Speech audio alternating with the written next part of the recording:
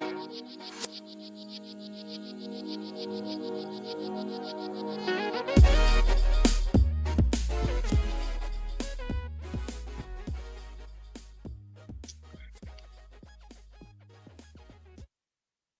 afternoon and welcome to Rainier Avenue Radio's Call to Conscience, a celebration and education of Black History Month. I'm Juan Cotto, and all month long in February, we will be showcasing musical performances, dance exhibitions, race and justice discussions, and workshops. Every Friday, we host our Friday Black Film Night, showcasing films by Black filmmakers. We'll bring you Black history celebrations from around the world, including Africa, France, and that place called British Columbia, Canada. This comprehensive celebration will also explore the Hartsfield Slave Quilt Collection, the 100-year anniversary of the destruction of Black Wall Street, and interviews with Black Seattle history makers. And this is all powered by and thanks to the Urban League of Metropolitan Seattle. Tonight, my guest for this Black History Month edition of Black Northwest and Pioneers is one of the true legends here in our community, Vivian Phillips Scott. Vivian is a veteran communications professional known for her collaborative style in building partnerships and engaging communities. Her body of work spans radio and television broadcasts, independent theater producing, teaching arts and communications management, consulting, and community-based arts planning. Vivian has served in numerous nonprofit and government-related capacities, including Director of Marketing and Communications for the Seattle Theater Group, Director of Communications for Seattle Mayor Paul Shale, Interim Director of Langston Hughes Performing Arts Center, and the list goes on and on. Vivian, welcome. So great to see you today. It's good to see you too, Juan, and it just shows how far back we go because you used my old hyphenated last name. I haven't used Phillips Scott in 20 plus years, so we go. There's just that indication right there. You were always Miss Phillips Scott to me, so thank you. I know, right? So we'll just go with Vivian Phillips. Vivian, why are the arts important in our Black community? The arts are important in any community. The arts has no color. The arts is about lifting our spirits, helping us to understand who we are, helping us to understand our relationship to the rest of the world. It is something that really is a healer. It brings people together. And so it has no color. It's not about Black or otherwise. Tell me, when did you become interested in the arts? And what do you think created that passion? I was always interested in the arts. And I think what created my passion for the work that I do right now is that I was never really good at anything. I couldn't really sing. I couldn't really dance. I couldn't really act, So I saw a few different potential paths in the arts. Broadcast was my radio broadcast, television broadcast, my true loves. But I wanted to be on the other side. I wanted to be on the side of helping people to pay more attention to the arts. So it was my wannabe spirit. How did you go about stimulating that interest, and what were there influencers, special influencers involved as you were coming up the early parts of your career? And what about your education? How did your education tie into your arts training? Yeah, I studied ethnomusicology and communications, and then also drafting and design. So those were all things that were really creative for me. And I think the more I got into it, the more I learned, the better I got at those things. That really was an influence. When I started in arts administration, there were very few people of color, period, that were working in that capacity in this area particularly. So the more I saw an absence of a mirror of myself, the more I wanted to stay in the game and keep the doors open for other people. Now are you originally from Seattle? Where are you from? Tell us a little bit about from where you're from, and give us where you grew up and how you ended up where you became so implanted in our arts community. Well, I grew up 5 blocks away from where I live right now. I'm a native Seattleite. I mean, my parents migrated here from the South, like, which is the case for a lot of folks, African Americans. Um, I love Seattle. I have always loved this place, and I always felt like there's so much about Seattle that I wanted to take advantage of. And part of that had to do with taking advantage of the arts and the access to arts that was open to me in a particular way. I played music, in elementary and middle school, all the way to Garfield High School. Mhm. And so all of those things were really foundational for me. There were a few Black teachers that I came into contact in my educational journey here in Seattle. Maxine Mims was one of those Mm. individuals, Dr. Maxine Mims. Yes. Dion Henderson, who is an artist and was a Black Panther artist, is Yeah. another one of those individuals that I came into very close contact with. And then, like I said, I discovered, well, I always had a love for radio.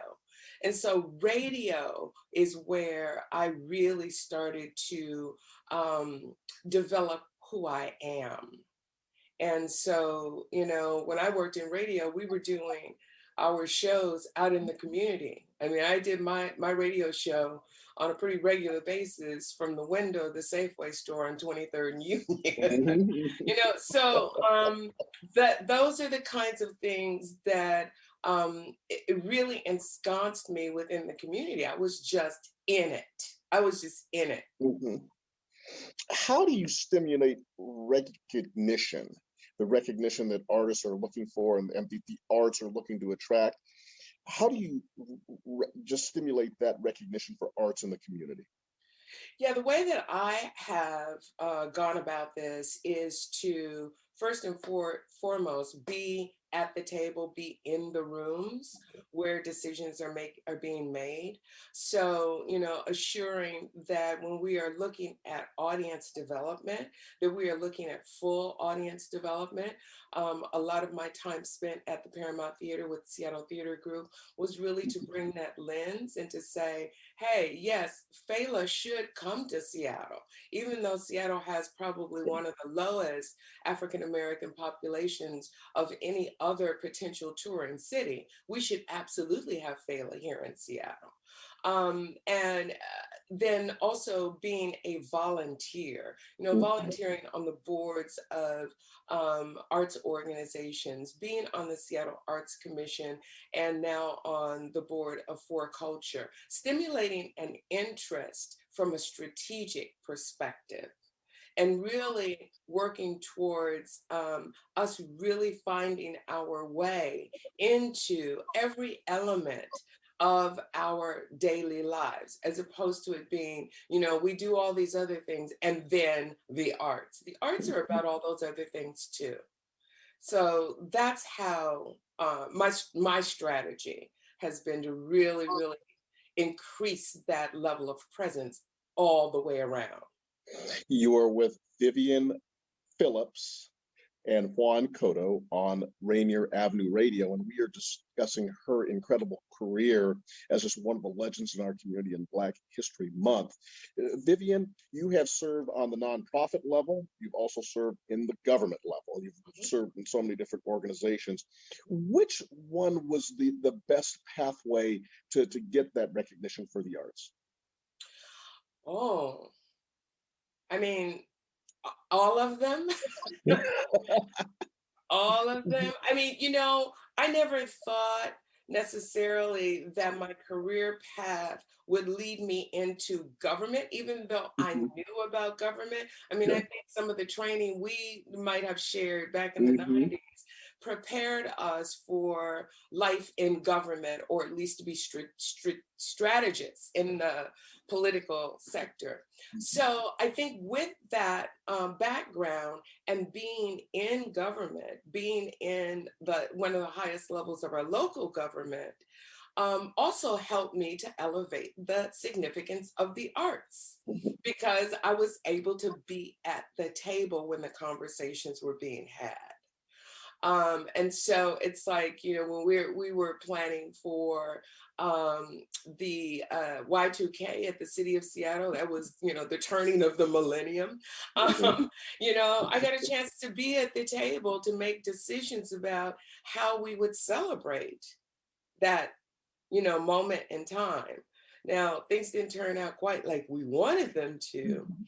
but at least, the arts were absolutely at the center of how we celebrate such a significant change in an era. So, yeah, all of them. We've heard recently in education how the funding is being cut for arts programs, which really, especially in lower income communities, really impacts our children, as a low income and minority youth. I'm just wondering, from your perspective, how do we continue to make sure that arts and that passion for arts is being shared with our younger community? Well, the arts budgets have been cut in public schools for more than 30 years now. I mean, this is not a new conversation. And absolutely, in that course of time, we have embraced a term called teaching artist. And Mhm. teaching artists are those individuals who are in our community. They are working out of community centers when they can. They're doing online work with students right now. They are the artists who are on the rosters of the Office of Arts and Culture and Four Cultures Touring Artist roster and working for Arts Corps and going out into the community from the Seattle Theater Group. All of these things are possible, they're present, and they're available. And, we've got organizations like the Northwest Tap Connection. I mean, come Mhm. on.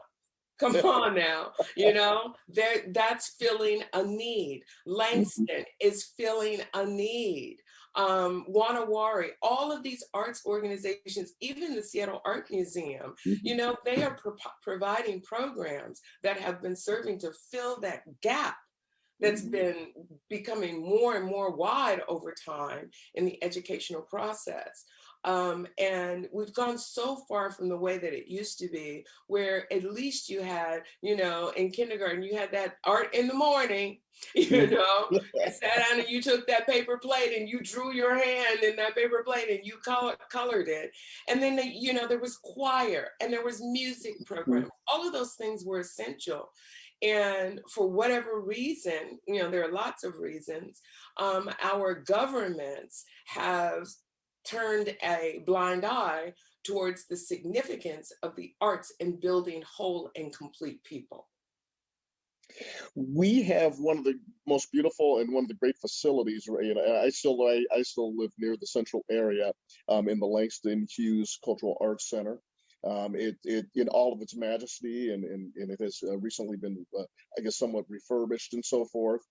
Tell us about just having the impact of having such a great facility, and hopefully when things return back to normal after this pandemic, the ability to host such, the opportunities to host such great events there, and what that means for our community.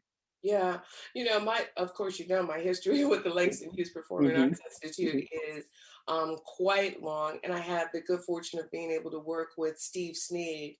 Hmm. Um, when the building was essentially dormant and was being treated like a recreation center, that was one of the programs of the Parks Department that operated the facility, right? And so Hmm. turning that place into a place that was lively with summer youth programs, with a jazz series, with a theater series, really bringing people to a place that they could call their own. It's one thing to go downtown to the Paramount Theater to an event. That's very grand, it's wonderful, but it's a whole other thing to go into an equally grand place and know that you're at home. Know that you can feel comfortable and also be comfortable with the fact that you are going to experience something that's relevant to you. Hmm. Hmm. And so that facility is, talk about iconic. it is absolutely iconic. And regardless of how the community has changed or will continue to change, that place, that structure has so much Black DNA in it that I'm serious, that it will forever be relevant. Ms. Phillips, who are some of the pioneers that you've worked with over the last couple of decades? And you mentioned Maxine Mims, obviously Miss Melba at Northwest Tap Academy. You mentioned Steve Sneed. Call out some of the folks that you've worked with who've helped impact the arts community here in Seattle. Oh my goodness. Oh my God. We don't have time. We don't have time. And I'm so afraid, that I'll leave someone out. So I'm going to ask for forgiveness in advance. But there are people like Al Doggett, Esther Irvin, who have been really significant to me. Juan Alonzo Rodriguez is somebody very dear to me right now, and that I've had the chance to work with. There's Marita Dingus. There is Barbara Earl Thomas. There's Valerie Curtis Newton. There is Inye Wakoma. There's Randy Engstrom. There's Quentin Morris. There's Cabby Mitchell. There's Gilda Shepherd. There's so many kind of layers. And they're like in decades, there are decades of people. And one of the things that I had a chance to talk about last week in another program, and that I have to mention today, is how all three of my children were involved in the arts growing up. My middle child, Jasmine Scott, is the one who is really moving forward in her career doing arts administration. So everything that I think I've done and what I'm doing right now is about making a way for that next generation of artists and arts administrators, so that the community of our creatives remains whole, remains healthy. And so, yeah, man, there's so many names, and I'm just sitting here thinking about all the people I didn't say. Did I say her name? Did I say Jasmine Scott's name? Yes. Yeah, I think you touched as many bases as you could in that question. There's so many. I just honestly, that's challenging.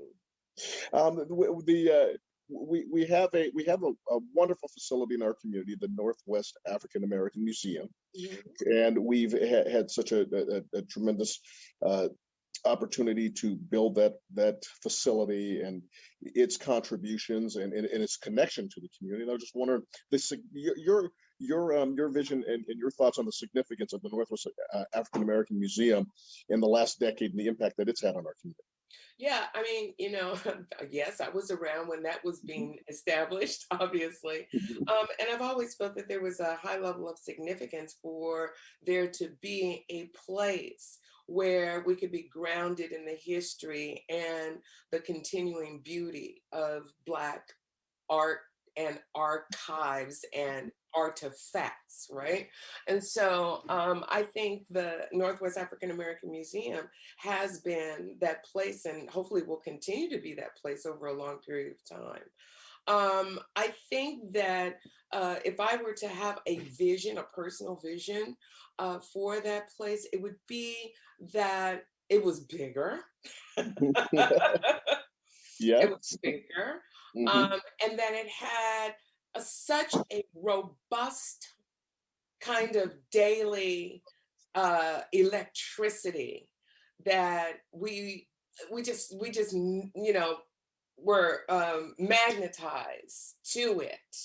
And so I know that during COVID, it's been tough to do that with a physical space.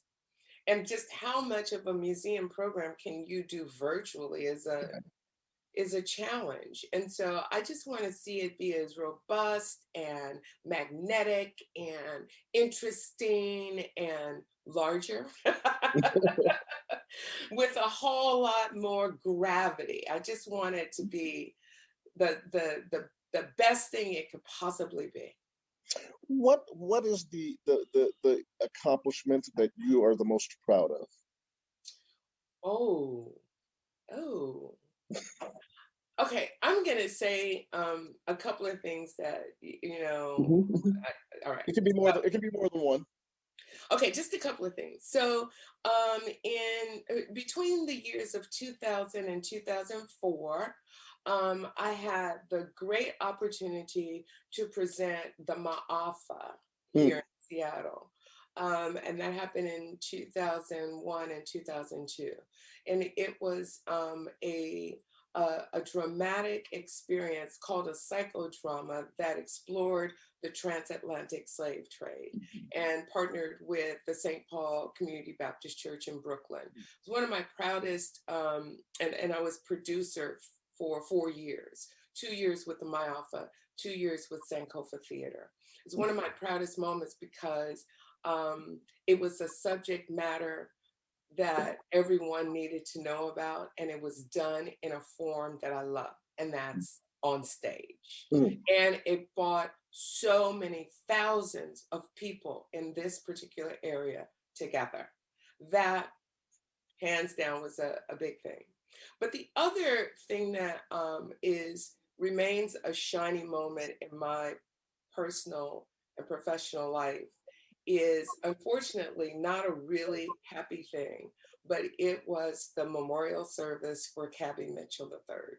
Mhm. And having the honor of producing that event and how beautiful it was and how 2,800 people filled the seats at the Paramount Theater, and they stayed and they saw performances and they heard tributes and they appreciated it. That's one of my proudest moments. I'm just so proud to have been able to be in a position to honor somebody like Cabby Mitchell and somebody that I love so much. What time frame was that? Cabby passed away 3 years ago, so I think we did it in July. I think it was. Yeah. Um, yeah.